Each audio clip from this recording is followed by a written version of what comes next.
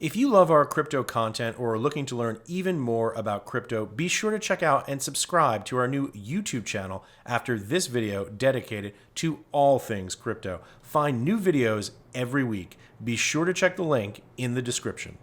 Hello, Real Vision viewers. Today, I'm very excited to bring you Zooko Wilcox. Zooko's fingerprints can be seen more or less all across the world of encryption and applied computer science, notably the Tahoe LAFS, the Decentralized File Storage System, the Blake hash functions. But today, he's probably best known to us as the founder of ZCash, the first privacy coin on Web3. So Zooko, welcome to Real Vision. Thank you. Glad to be here.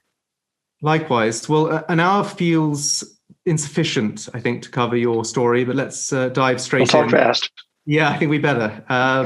The first really is what got you initially, in the very early days, involved in encryption in the first place? How did you come to this? The very first thing that happened was I learned how to dial up my home computer to BBSs, which was the thing before the internet for some of us. And you could download files from BBSs, and a file that I downloaded contained PGP, the encryption program. And it came with a little text document. I think it was called PGP1.doc or PGP1.txt or something like that. And that little text document was a manifesto from the author that said something to the effect that it's a human right that people should be able to talk privately, and we should retain that right even while we move up to having computer networks. And so it was motivating. And then I guess the next thing that happened was there was a grand jury convened by someone in the US government to investigate whether that guy was guilty of exporting weapons illegally by writing and uploading that file, or not the text file, but the program, PGP. And so he became a cause celeb. And that really motivated me. The combination of Phil Zimmerman was his name, his manifesto that privacy and private conversations are a natural human right, combined with the government trying to put him in jail for it, that was really motivating. And I was like 17, I think. I'm right saying I think this is Phil Zimmerman you're talking about. So he was the persecuted prophet who got you into encryption in the very first place. So on to ZCash. I'd love to do a kind of just a quick summary of what is ZCash, why is it different from all the other things that we're looking at in Web3. We'll dive into the backstory around it later on, but can you just in a nutshell tell us what it is? ZCash is a cryptocurrency that's open source and decentralized, like Bitcoin. The thing that everyone knows about it is not the most important thing in my view, but the most important thing in everyone else's view is that it comes with encryption built in so that you can have private data in a public blockchain. And it may be the only one, I think. I'm sorry if I'm overlooking some others, but at least it was the first and it's the biggest blockchain that has that property. Perfect. And just from a structural perspective, I think it's well known, obviously, that you're the founder of ZCash, but ZCash comprises the blockchain, but also there is this electric coin company which develops. Hi, I'm Raoul Powell. Sorry to interrupt your video, I know it's a pain in the arse, but look, I want to tell you something important. I can tell that you really want to learn about what's going on in financial markets and understand the global economy in these complicated times. That's what we do at Real Vision. So this YouTube channel is a small fraction of what we actually do. You should really come over to realvision.com and see the 20 or so videos a week that we produce of this kind of quality of content, the deep analysis and understanding of the world around us. So if you click on the link below or go to realvision.com, it costs you $1. I don't think you can afford to be without it. ZCash, but ZCash comprises the blockchain, but also there is this electric coin company which supports the security of ZCash. You're CEO of that company, and it's functionally sovereign. So can you explain a little bit how the Electric Coin Company relates to ZCash? Yeah, just like I said, that everyone knows something about ZCash, and I disagree. They know that the fact that it has encryption built in is the important thing, and I think there are more important things about it that no one knows. Also, everyone knows that I'm the founder of ZCash, but that might not be exactly true. Like, there are many founders of ZCash, but I'm like the spokesperson. We rolled dice to see who would have to take the fall, and it was me. Okay, that's not exactly how it went down, but what I'm at, the truth that I'm actually getting at is that ZCash is a lot more decentralized and resilient than you might think. So I can be a spokesperson. I can go on shows and explain stuff, and that's helpful. And I can initiate ideas through my role as CEO of ECC. But if I get hit by a bus, it's not going to slow ZCash down very much at all. And so your question was the structure of ECC. Well, okay, so the story is some scientists came up with a method to combine encryption with blockchains. Actually, previous to that story, Satoshi and Hal Finney and others talked about, in the early days when Bitcoin was live, but it was very nascent. It was very young. And they talked about Satoshi and Hal Finney and almost everyone who had anything to do with Bitcoin for the first 8 years really valued privacy. Like, privacy was really basically the animating principle. Privacy and a monetary policy that's independent of central banks were the two animating principles of Bitcoin. And so Satoshi and Hal and the others talked about whether we could figure out a way to add privacy to Bitcoin. And they even considered using the zero knowledge proof technique. That's the technique that later worked in ZCash. But at the time that they were talking about it, zero knowledge proofs weren't efficient enough in practice. Couldn't actually make it work. And then the next step that happened was in about 2013 or so, a big group of scientists from a bunch of different universities, the United States and Israel, and figured out a way to combine encryption and blockchain.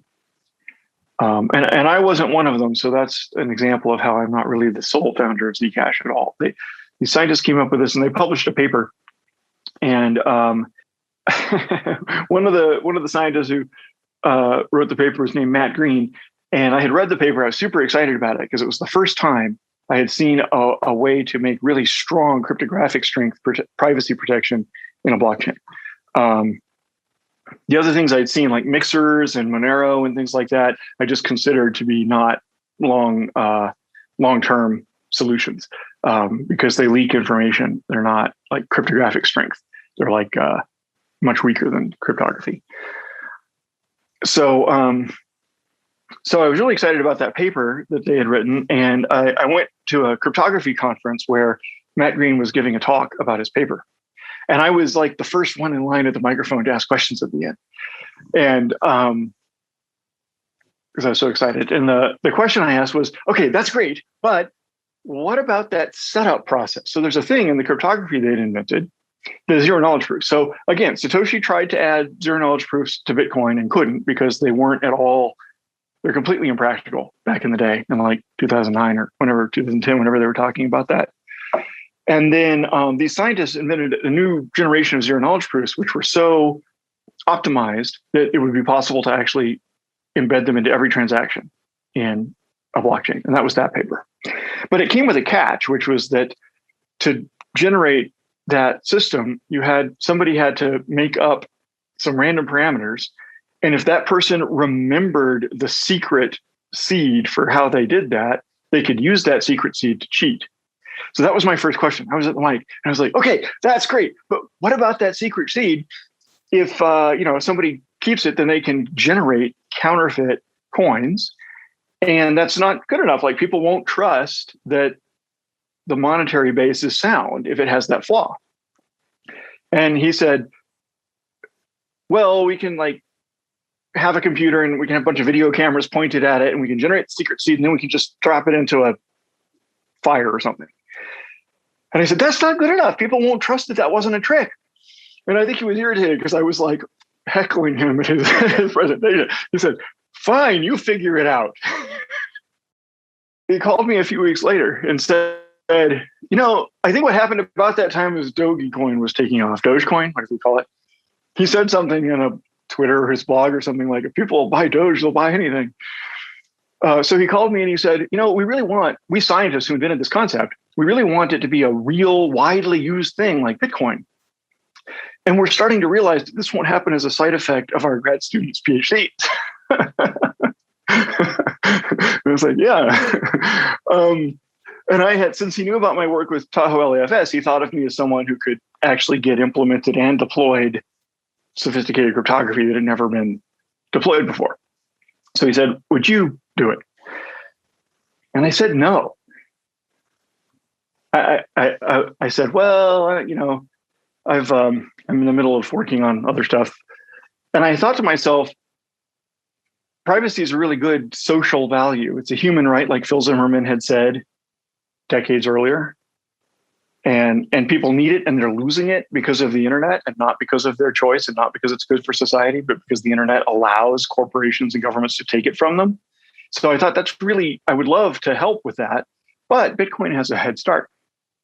And so Bitcoin will be the mainstream thing and anything we could do would just be a niche thing that only a few people would use if they were especially sensitive or motivated. And that's not good enough. If it's a niche thing, then it's not really going to change the world. So I said, no. And then I slept on it and I called him back the next day and I said, wait. Yes. Because after I thought about it overnight, I thought, no, wait, privacy is necessary for commerce. You've got to have privacy to send your paychecks and take payments from customers and make investments and make deals and have your savings and everything. So privacy, the thing that protects people's information, can be the mainstream thing that can take over from Bitcoin and anything else and be the standard thing that everyone on the planet uses. So that's why I decided to go ahead and do it. But I presume there was a part of you said you had stood up at this conference and asked this question about this, what we call the trusted setup process. Trusted setup, it's called. That was also playing on your mind as a sort of, as a kind of a technical thing beyond which you might not be able to progress? Because a lot of us were information security specialists, like computer hackers and cryptographers and things like that. We figured we could do a process to generate that secret in a way that nobody would have the opportunity to steal the secret and gain a counterfeiting key. And we went all out, and it was called The Ceremony. Am I allowed to mention other podcasts on your podcast? Because there's a great story about The Ceremony that was on NPR. It's called The Ceremony. It was on Radiolab on NPR.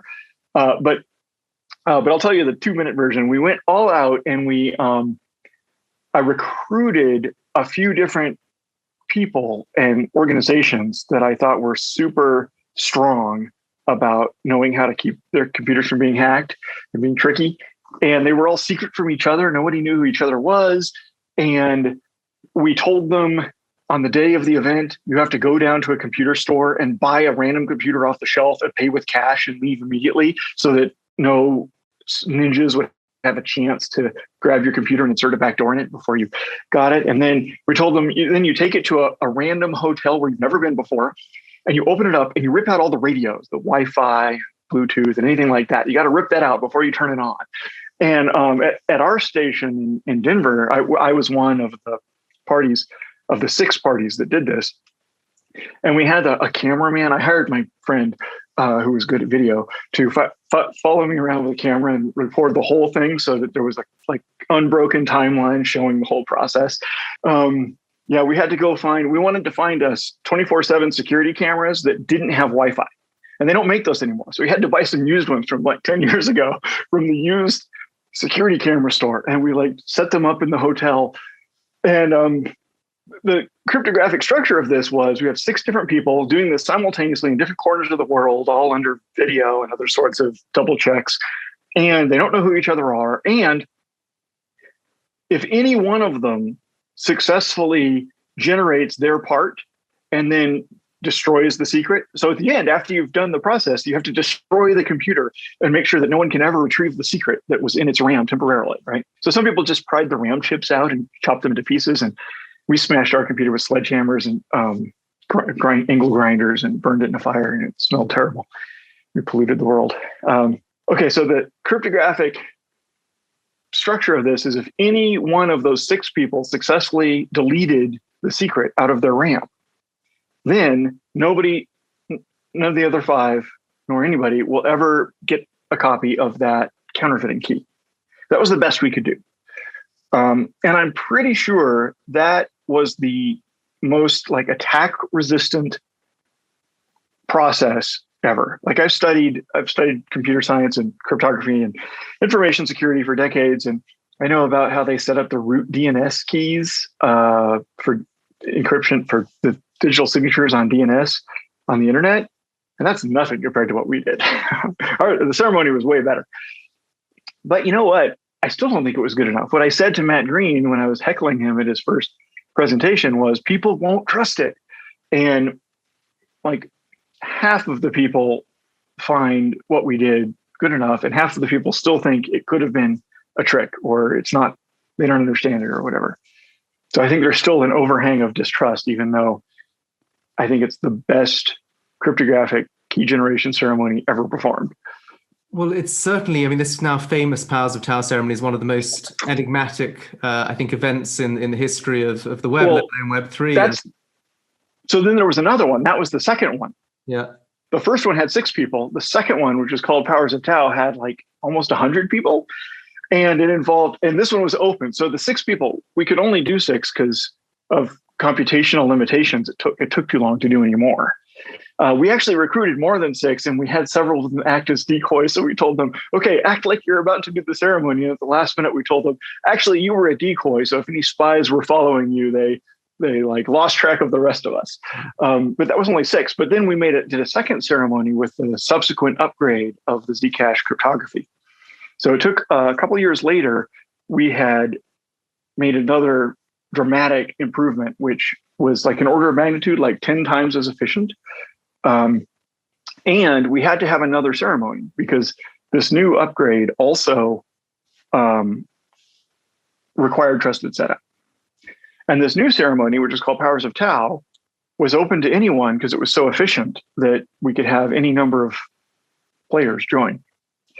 And that included all kinds of fun stuff. One guy got some radioactive waste from Chernobyl, and he got into a 2-seater airplane, and like the pilot flew around in circles while the guy in the back used the radioactive waste to generate random numbers on his laptop to generate his part of that ceremony. So that was pretty great.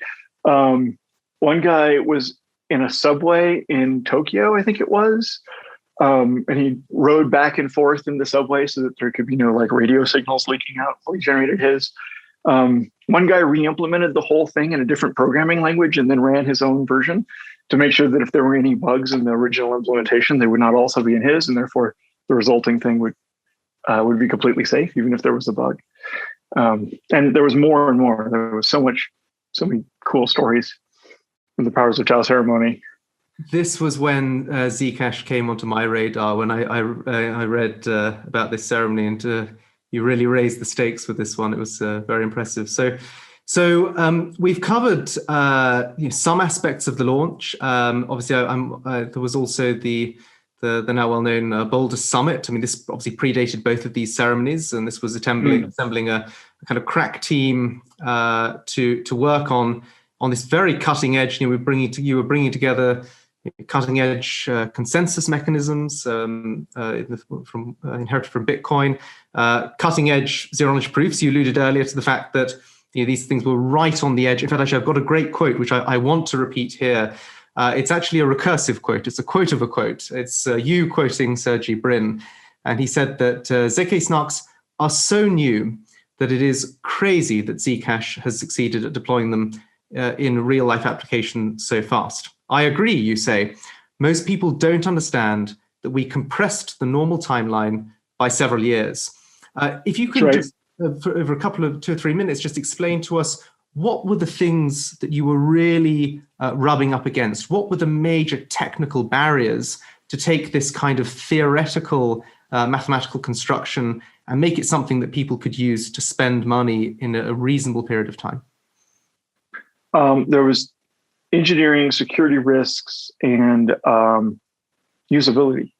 So the first version that we launched, it couldn't work on mobile phones because mobile phones weren't powerful enough to do the computations. So you had to get your laptop if you wanted to make a shielded payment. And it took like a minute of your laptop warming up and running its fan to make a shielded payment. So that second one that I talked about that was 10 times as efficient, fixed that and made it possible to do it on mobile phones and laptops. And also along the way, we had lots of like we described, these crazy processes to do trusted setup and make it as secure as possible. And trusted setup is not the only way that things can fail, right? Like computers are full of bugs. And in a cryptocurrency, there's nothing else standing between you and losing your money. Like you can't just, if there's a bug and your money gets stolen, you can't just go to someone and ask them to undo it and give it back. So we invested really heavily in security all along. And that really paid off. And actually, this is a real good time for me to bring up what I think is the most important thing about ZCash. The most important thing about ZCash, and that reminds me, there's a question you asked earlier that I never really answered, was the setup of the company. The Electric Coin Company is a company with employees and normal company structure, and I'm the CEO of it. And some people think this makes ZCash corporate, which I think is kind of funny. But the existence of the company and the employees and all that, and the fact that 20% of the coins generated by ZCash mining go to a set of different organizations for core support functions. The fact that the ZCash is self-funding, originally there was this thing called the Founders Reward, and the majority of the coins were going back to reward the founders who had originally set it up. And then a small fraction of the coins were going to fund the company and there's also a nonprofit foundation, which is separate and independent. And a few of those coins were going to fund those organizations for ongoing support of ZCash. And then that sunsetted and expired, and the ZCash community decided to create another allocation of the future of the next 4 years of issuance, which is called the Dev Fund. And that is what I think is Zcash's biggest advantage. And you can see it in an example of why it's so important in the next events that I'm about to tell you, which was the big bug, which was that we discovered, some of our cryptographers that were working at the Electric Coin Company discovered that there was a mistake in one of the science papers that we had started with, that we built Zcash based on some science results. Make sense? So there was these science papers that were published before we even invented Zcash. And they were good papers, but there was a mistake in one of them, like a mathematical oversight in one of those papers.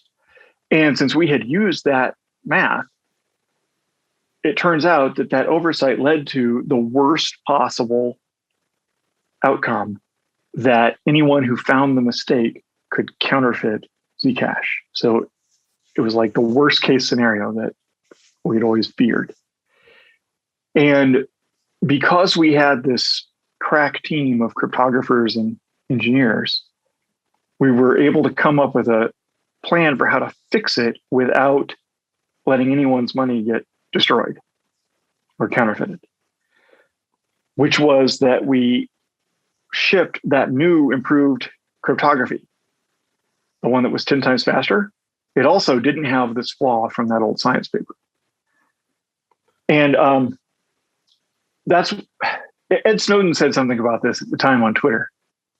He said something like, some people wonder why I like Zcash. And this is an example of why, because they have the coin.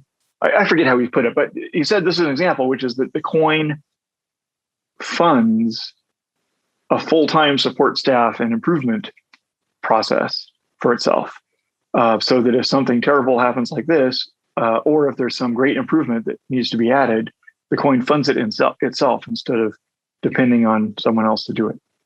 Does that make sense? Makes sense. So really what was happening here was these zero knowledge proofs, as you said, so new as they were at the time, their role being to administrate, to kind of allow a user on a single player basis to kind of spend some money. And the blockchain's job there is to use these zero knowledge proofs to check that all the logic going on in the spend transaction is correct without anyone in the world knowing it. And what you're saying was this kind of bug at the core of that mathematics. And it was the job of this crack cryptography team to jump in and fix it super fast.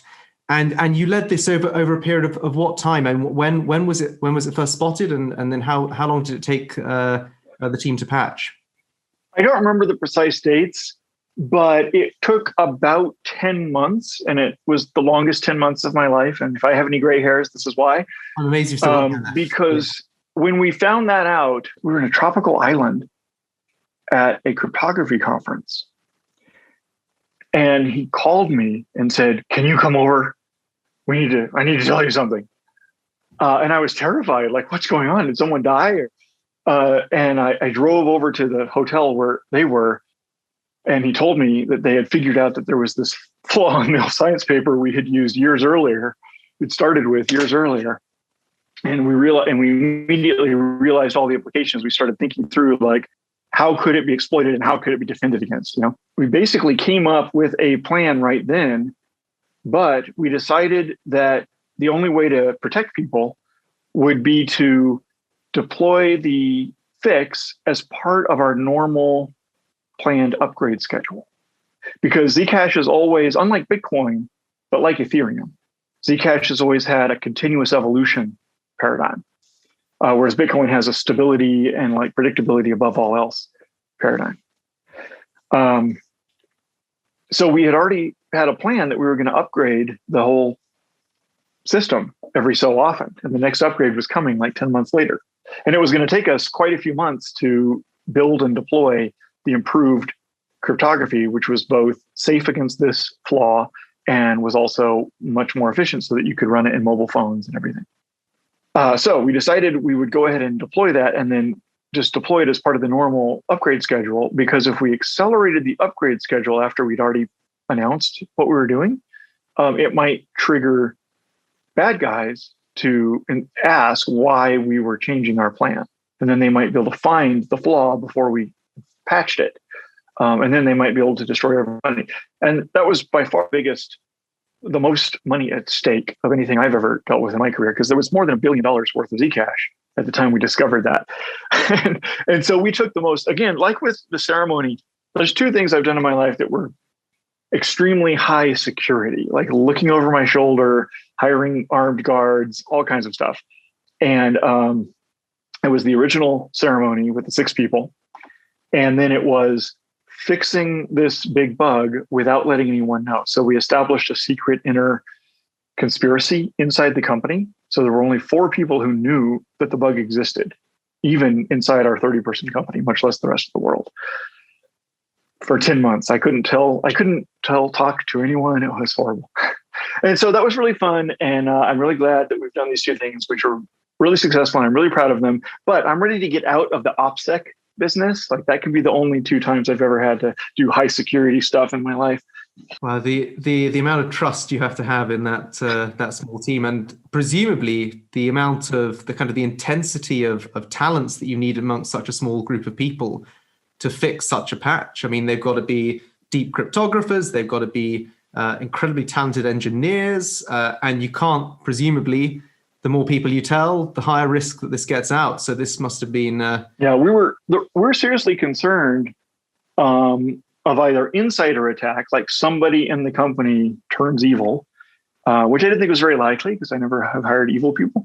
But I was really concerned that, so back in the day, this was a couple of years ago, and it was already true, and it's still true today, that North Korea and Russia and China states allow or sponsor hackers to steal Bitcoin and cryptocurrency from other people around the world. So I was seriously concerned that if, like, we didn't talk about the bug through email or through unencrypted messages or anything, because I was seriously concerned that if North Korean hackers had compromised one of our phones, then they would find out about the bug from us talking about it, and they'd be able to counterfeit $1 billion worth of ZCash. So anyway, it was stressful, and it was a huge relief when it went off successfully. We upgraded ZCash, and then after we'd upgraded ZCash, we contacted a few clones who had copied our code without knowing what they were doing. Like, they didn't have cryptographers. They weren't that well staffed, but we wanted to protect their users too, if possible. So we contacted them. We said, we can't explain why, but you really, really need to do this upgrade, and you have like 90 days. So go. That must have been quite painful. You're doing a responsible disclosure with people who have poached your code. That must amazing. Well, it's an extraordinary rescue story, and I hear your point that this kind of underpins the thesis behind the dev fund to make sure that crack team is always there and doesn't just kind of set sail and let the blockchain run on its own. So that's what I said. I think Ed Snowden put it best on that tweet, but that's why other people think Zcash is just Bitcoin with privacy. And some people who are like investors or long-term thinkers or critical thinkers or whatever, they say privacy is just a feature. Like, you have feature products and then you have real products. And sometimes when an industry is new, a feature product comes along and it starts to get popular. And if that happens, then one of the real products will copy that feature, right? And then the feature product will disappear. And so some people think that Zcash is not a good long-term investment or whatever because of that argument. And I think that's a great argument. I think privacy is just a feature. It is widely misunderstood that it's a very, very hard feature to add because you can't add it on top. You have to build it into the foundation. So people who think they're going to start without it and then add it later are in for a shock. But nonetheless, it's just a feature. And I think it's much more important that Zcash is self-funding and continuously improving. Makes absolute sense. Now, what I'd love to do before kind of launching into Zcash today and Zcash in the future, I know that we need to kind of tie up some loose ends, particularly in relation to the trusted setup. But before doing that, I'd love to just do a quick flash through some of your thoughts around the history of privacy on the web, because as we know, with governments, it can be controversial, and yet actually you see it everywhere. Privacy traces right the way through the Universal Declaration of Human Rights, the European Convention on Human Rights, the Charter of Fundamental Rights. I like the Fourth Amendment to the United States Constitution. Right, and more recently in Europe, GDPR as well. So governments are presumably going to fall both sides of this line. And can you take us back? Because you mentioned this when we had our preparation call the other day. You mentioned in particular the early story of the first privacy on the web, or at least the first instance of SSL in Netscape. And can we kind of cycle back to that? And what was the arc from initially government resistance to government acceptance? And how do you think it's going to be replicated, if at all, in Web3? Yeah, in 1996, Netscape added encryption into their web server and web browser. And in 1996, web servers and web browsers were brand new. It was really exciting. Mark Andreessen at Netscape was saying that this is going to be huge in the future. It allowed normal people to use the internet for the first time. Not people who weren't computer programmers could use the internet because of Netscape. And it was also the first time that strong cryptography was deployed to normal people instead of just to the military. That was the first deployment of public key cryptography to widespread masses. The very first deployment was PGP. But it wasn't widely used. It was an important political symbol, and it was used by activists, democracy activists, journalists and things like that. PGP was used years later by Ed Snowden and Glenn Greenwald with the Snowden leaks, but it wasn't widely used. But Netscape could become widely used because it was a point and click. It was the beginning of the World Wide Web. And the United States government, which had already considered having Phil Zimmermann tried for uploading PGP, they tried to figure out how to prevent this strong cryptography from getting widely deployed. But it wasn't the whole United States government. It was one faction, which was the military intelligence apparatus, i.e. the NSA, and the FBI.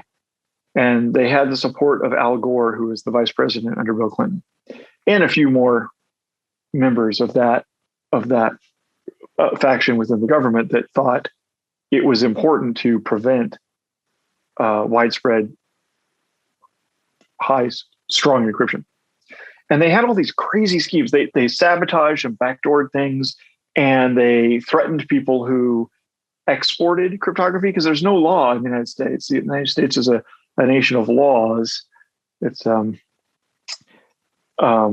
got rule of law. So they couldn't just say, oh, you're not allowed to do that. And there's no law that says you can't do that. But there was a law that said you can't export military supplies without a license to foreign countries. So they declared that certain kinds of cryptography were military supplies. And so they couldn't stop you from shipping it to other Americans, but they would stop you from shipping it overseas. And then they came up with this, and that didn't work, right? Because like somebody set up shop in Australia and implemented strong encryption into a web server and started selling that. And so the American company like Netscape was now at a competitive disadvantage, that they couldn't sell the same thing to Europeans as the Australians could sell to Europeans. And then the anti-encryption people in the government came up with the craziest scheme ever. They said, okay, we've had the NSA invent this new chip. It's called the Clipper chip. Clipper, C-L-I-P-P-E-R. We're going to have AT&T manufacture them. And then the Congress is going to pass a law that any device which is able to connect to this weird new internet thing, it's required to have one of these chips in it. And it's like the Big Brother chip that's going to allow the FBI to spy on every device that connects to the internet. Great, huh? And so that was another like political or like policy debate in Congress. They were like, I don't know, should we do this? And there was all this political activism and like civil disobedience, like writing and distributing cryptography programs and protesting against this government overreach and stuff like that. And I participated in that as a programmer and an inventor and social activist and things like that.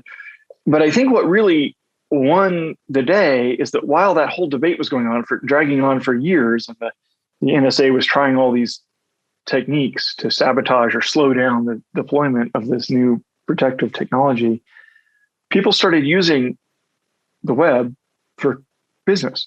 People started buying stuff, putting in their credit card numbers and buying like books from Amazon and things like that. And once they did that, it became apparent to Congress that you really needed strong security in the web, because all the normal citizens of the United States are entrusting their data to it in order to perform normal commerce. And so it quickly became untenable to plant a government backdoor or to require that thing be weak and be tappable by hackers.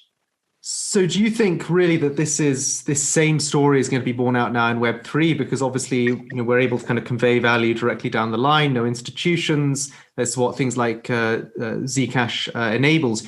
Is this where we're going to find there's a turning point? There will be kind of resistance in the early days, and then suddenly, the commercial impulse will trump everything else. Well, I mean, that's what happened with the web. About 10 years after the FBI and the NSA started trying to stop the deployment of HTTPS, about 10 years later, the United States government started mandating everyone has to have HTTPS. If you are dealing with like children or health information, or if you run a US government website, you're required to have HTTPS on it, because that protects the users from criminals and from foreign enemies. And I find it a little distressing how like short-sighted people are, that they're doing this. They're going through this whole rigmarole again. They're currently saying, oh, it's so scary and problematic if cryptocurrencies are out of our control, and we can't spy on them and control them in order to, have control. And there are valid reasons for that, like law enforcement investigations or consumer protection and all these valid goals people have. But they're just not thinking through the fact that cryptocurrencies being uncontrollable, like that was the word, being safe against being manipulated or sabotaged, and Zcash in particular being encrypted so that it's safe against being monitored and surveilled, that protects the users from foreign enemies, right? Like it's so annoying to me that people aren't thinking through the simple fact that American citizens using blockchains are actively being attacked by foreign enemies. And you can fix that by making the technology stronger. So your view here is that really, quite apart from this is not a case that cryptography is now sitting as the gatehouse to some new supranational jurisdiction, but actually this is the mechanism that you need to avoid the capture of your citizens. I think it's both are true, really. In terms of regulation of crypto and open networks of all kinds, national governments do have jurisdictions that are really important because they control the exchanges and the banks and the companies like PayPal and Square and so forth. And so that's a really important point of being able to exercise their regulatory goals. But they don't and can't control the open networks, right? Like nobody controls TCP/IP and nobody controls Bitcoin and nobody controls Zcash. Not any company and not any government can do that. And yes, to answer your question, America has, I'm kind of a patriotic. You can notice, like I was eager to add in that the Fourth Amendment is a pretty good one. Like, yeah, the GDPR is okay, but I like America. It's got a lot going for it. I like America's values. And I think America has a competitive advantage against other countries in that it benefits from freedom and diversity and free markets and industry and freedom of speech. What we can see very clearly, we can learn a lot from the Chinese government's model, which is horrific, right? They're genocidal, they're tyrannical, the government, that is. And they have pioneered very successfully using the latest technology to automate and scale and export that. And they have a very clear model for their national government-controlled digital money, which they're currently, I think, the leaders among nations at deploying digital money. And that very simple model is like privacy, like citizens should have privacy from each other, and everyone should be subject to the watchful eye of Big Brother. It's very clear. I was very disappointed to see the same model embraced by like the IMF or someone the other day on Twitter. Like, I really think the democratic Western nations aren't thinking this through. Like, maybe they don't understand the technology well enough yet or something, but they shouldn't try to compete on that with China. They should try to compete with freedom and the values that we have, which are better and stronger and longer lasting than the Chinese model. Super interesting. And I think this actually really leads us now into Zcash's position today and in the future. So I'd like to circle back to a couple of things that we touched on. The first was, you made a comment earlier. You said there are actually more important things to Zcash than privacy. And can you run us through why that is? Like I mentioned, what I think is the most important thing is that Zcash is self-sustaining, like self-funding, which means it's not going to be undermined or like become weakened by lack of funding, and it's not as vulnerable to capture. I think that's an underappreciated fact, that if you need something and you don't have funding for it, now you're vulnerable to someone who can afford to provide that thing, like using their influence to redirect things to their own benefit. Does that make sense? So I think the dev fund that the Zcash community came up with when the Founders Reward ended is the most important feature or property of Zcash. And relatedly, the fact that Zcash has this tradition and this culture of continuous improvement instead of maximum stability. Those are the two most important things. So we've been able to continuously add improvements, like we doubled the transaction rate. We've added like the new cryptography that made it 10 times faster and made it mobile phone capable was a huge leap. It was quite ambitious and required a whole lot of expert time and money. The Zcash community is very likely going to support the addition of things like what I call Zcash shielded assets, like the ability to issue arbitrary other tokens representing arbitrary other things on top of the Zcash network, and then gain all the same benefits of the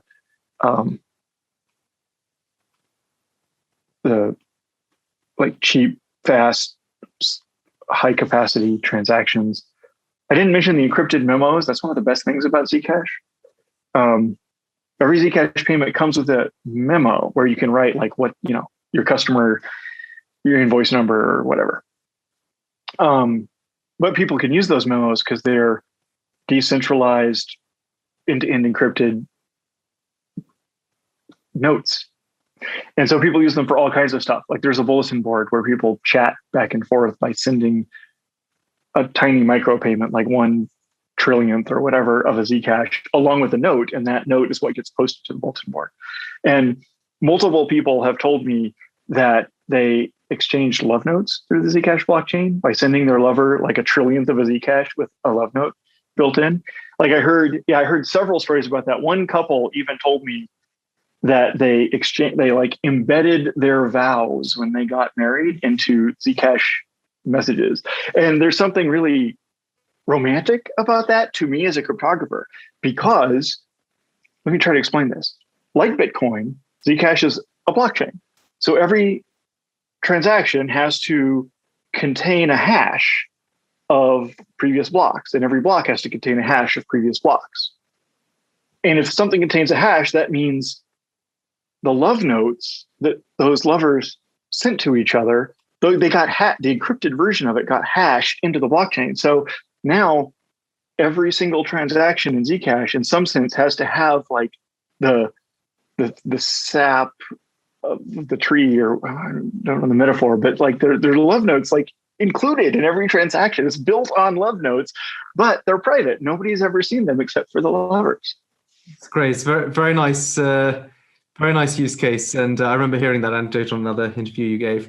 There are another couple of things I want to cover before we wrap up the interview. And the first is, obviously, we've seen the explosion of DeFi protocols, especially on Ethereum, but have a lot of other chains as well. Where in the long run does Zcash stand? I think you mentioned the other day that you sort of see it as a potential capital source, maybe the ultimate capital source in the future for a lot of these DeFi protocols and other chains. How does Zcash sit long-term economically in the Web3 ecosystem? Long-term, I imagine Zcash as becoming the most important digital asset because it's continuously improving, and because this kind of encryption is necessary. Like the reason I called Matt Green back the next day, however many years ago, 6 or 7 years ago, is because I realized that that's actually necessary for business to protect you, not from your local court and rule of law, but to protect you from hackers and foreign enemies in a global economy. It's increasingly apparent to everyone that this sort of safety and resilience is necessary for our economy. Already in the short term, I think Zcash has got a unique use that most people haven't noticed yet. It's a little bit under the radar, which is that today you can, if you want to participate in DeFi, like buy and sell NFTs or lend money or borrow money and all this other stuff, or trade things on DEXs. But you want you don't want to be traced. You don't want someone to trace back all of your activity that you did back to you. You can do that today if you start and end with ZCash as your capital. So there's this whole concept that I think people have backwards, which is that people think that privacy comes from transactions. And I'm starting to think, after having worked on this for like 30 years straight, so people think like, oh, I'm going to start with my Bitcoin or whatever my asset is, my capital, my savings or hodlings or whatever. And now I want to use it, and I want to use it privately. So I need a tool or a process to privatize it while I'm using it. And then, like, if I make money, I'll put my money back into Bitcoin and keep it. And I think that might be the opposite of the paradigm that can work technologically in terms of protecting you. Because if you do it that way, if you start with transparent, traceable capital, then whatever you do, it's probably going to be possible for enemies or someone to deduce the linkage between what you started with and what you ended with, no matter what you did in the middle, basically. I can explain at great length with a whiteboard if you want. But going the other way around, if you start with shielded Zcash in the shielded pool, then you already start with no linkage between your assets and the rest of your life on the blockchain. Okay. And if you can currently do this, where you can take Zcash and tokenize it onto Ethereum or Binance Smart Chain. So you get an ERC20 token that's redeemable for a ZEC coin, right? Now you can use that ZRC20 token. It's worth a lot of money, or ERC20 token, the Zcash token on Ethereum. And you can use those in all apps on Ethereum that support ERC20, right? And suppose you lend it out and you get paid interest, and then you redeem that interest back to ZEC coins in the Zcash shielded pool on the Zcash blockchain. Now, once again, there's no way for because it's encrypted there's no way for anyone to trace where it goes after that. They can't link it to you or to whoever you give it to or anything. So basically, I think it's already the case that you can get the strongest possible privacy and use and all the usability, all the different smart contracts and things you might want to do. But only if you do it in the opposite way of what everyone thinks. So you don't get privacy from private transactions. You get privacy from starting with and ending with private capital. And that's Zcash is the best private capital. Got it. So that's very clear. So the thesis here is you start and end with the private capital. The money does whatever circuits it likes in the meantime. And that's the way around we should think about this. There's almost to some extent a sort of VPN type sort of mental structure around that or something like that. But so then finally, and this is something you've raised a few times during this discussion today, is around the innovation that Zcash is constantly working on. And I think it's right to say that you've got a big upgrade coming. I think it's going to be towards the end of this year. But I'd love to hear more about Halo and how that's going and what that's going to enable on Zcash once it's implemented. Yeah, I'm super excited about that. So, like I said at the beginning, we thought we could defeat spies, North Korean hackers, whoever was trying to compromise the trusted setup. And I think we did. And we thought we could defeat, anyone who wanted to compromise the next version once we had like nuclear Chernobyl waste flying in planes and underground bunkers and all this great stuff. But I wasn't sure we could convince other people. Like I said to my friends at the time, or like everyone I was working with at the time, this is great. This is very strong. And it should probably convince most people today. But what about a couple generations from now? Zcash is worth trillions of dollars, and somebody says, oh yeah, 60 years ago, some people did a thing, and that's why we're safe from counterfeiting. I don't know if the next generation should buy that, right? So we ought to be able to do better. And I hope that will also engender greater trust and a wider diversity of like skeptical, suspicious, paranoid people. But again, the science, it wasn't possible. There was no known way to do efficient, scalable zero-knowledge proofs without a trusted setup. So once again, just like Satoshi was blocked because there was no known way to do zero-knowledge proofs at all in a blockchain, and we managed to solve that, but at the cost of using this trusted setup. But then there was no known way to do good zero-knowledge proofs without a trusted setup. And I always used to tell all the cryptographers I work with, this would be such a great breakthrough. If only someone could discover if it's even possible to do that, that would be so great. And then, lo and behold, one of the cryptographers who works on our team, who is also one of the guys who helped find that bug in that old science paper, his name is Sean Bowe. And he had just like the clouds opened and a sunbeam hit his forehead. And he was like, oh, and he was working on it for, I think maybe 6-9 months. He would tell me, sometimes he'd say, I've been trying to think about how we could have a scalable zero-knowledge proof, a recursive zero-knowledge proof. There's a specific concept called recursion. We don't need to explain what it is, but it means that you can use the zero-knowledge proof for anything. Like it means the general purpose zero-knowledge proof, the last zero-knowledge proof anyone will ever need. And he was like, I've been trying to think about how to make a recursive zero-knowledge proof with no trusted setup, but I can't quite figure it out. It's probably not possible. It's never going to work. And I said, And then I went to his boss, like the other people in my team, and I said, hey, everybody, make sure that Sean has plenty of time to think about this, because I literally told them this. I was like, I think there's like a 60% chance that he's going to come upon like the greatest breakthrough ever if we leave him alone. And that went on for months and months and months and months. And then one day he was like, I know how to do it. And he called us all into this whiteboard and he was like explaining. And anyway, that was the moment when this thing that we named Halo was discovered. Halo was the first scientific discovery of a recursive zero-knowledge proof with no trusted setup. And so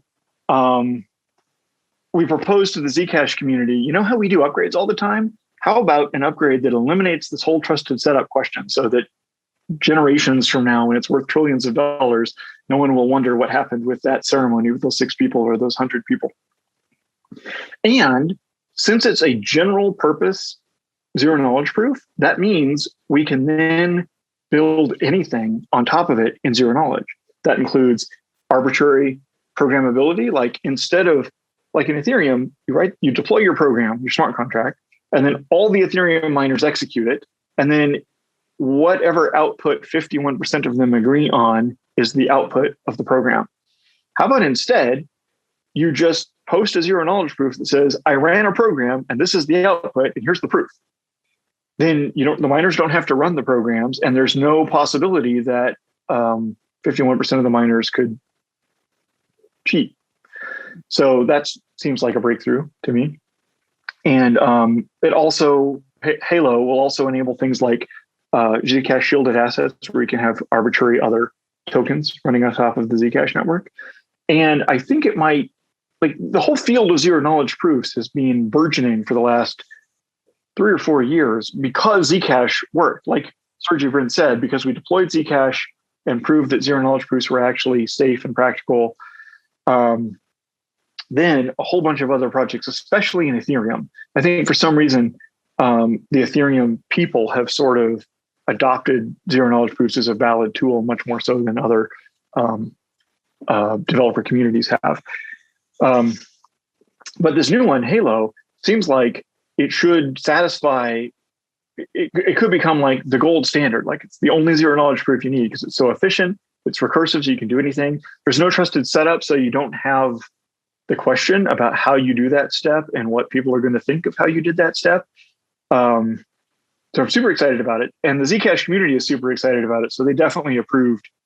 They said, yeah, let's do that. Go ahead. Let's deploy Halo in Zcash. So we're going to do that in probably September or October of this year when it activates. And I really look forward to seeing what other purposes Halo gets put to as like understanding of what it does propagates. Well, that's super exciting. So we can expect out of this the elimination of the trusted setup, and as you said, the Venn diagram of people probably who care about privacy and who have distrust of institutions. There's probably quite a lot of overlap there. So I guess it's good. Yeah, good I think a lot of people who say they're not sure if all of those trusted setups were all like a smoke and mirrors show that's orchestrated by like the Mossad or whatever. But they could be good customers. Yeah, I like people to be skeptical. One more thing about the uses of scalable zero-knowledge proofs, recursive zero-knowledge proofs, it could potentially solve the blockchain scalability problem, which Bitcoin, Ethereum, and Zcash are all struggling with. And Bitcoin solved it by like surrendering at layer 1 and said, well, we'll solve it some other way at layer 2 or with institutions custodying all the Bitcoin or something. And Ethereum has been working, and I really like the way they think. They're very, very smart and innovative. But it's really difficult and complicated. But if you start with the assumption that you have a trustless, general purpose, recursive, zero-knowledge proof system, then you can use that to prove to any portion or like shard of the blockchain that the rest of the blockchain has the correct state efficiently, like scalably. So we might be able to use that to make both Ethereum and Zcash and other blockchains might be able to use this to make scalable layer 1s that can support like billions of people simultaneously. So that's really exciting too. So all the kind of the legwork, the computational machinery of running a smart contract is now reduced to this little bit of information that can be quickly checked by Zcash. And so this opens also programmability on Zcash at some point. This sounds very exciting. Right. And to circle back, it's the fact that the Zcash community allocated this dev fund that allowed Sean Bowe to, think hard about this fundamental scientific problem and come up with a breakthrough that no other scientists have been able to come up with in the last several decades. And it's because of that dev fund that my team and the other teams, by the way, my team is only like a third of the Zcash developer team. There's a bunch of other organizations that are independent and separate from me, which is why if I get hit by a bus or like kidnapped or something, it's not going to stop Zcash. It can't. But the dev fund is why all these different teams have the ability to put in this like hardcore world-class engineering to upgrade. It was a 1 billion back when we hit that bug, and we successfully protected all the users of our own blockchain and other blockchains from that bug. And now it's like 3.5 billion. And but because of the dev fund, we can afford all of the security audits and all the hardcore engineers and everything that we need to do to perform a live upgrade, like replacing the engine of the plane in flight with the $3.5 billion at stake. I think we're going to do it. We've done it successfully several times before, and I think we're going to do that again and make Halo make us a trustless, scalable version of Zcash. But again, that scalability. So scalability is an important feature. Privacy is an important feature, but all of this is made possible because of the dev fund. That's the most important meta feature. Well, this is very exciting. We'll all look forward to watching Zcash in 2021, watching that Halo 2 upgrade later in the year. Zooko, thank you very much for joining us. It's been a wonderful discussion, and thank you for giving us your thoughts on privacy and Web3. It was an honor. Thanks for asking me.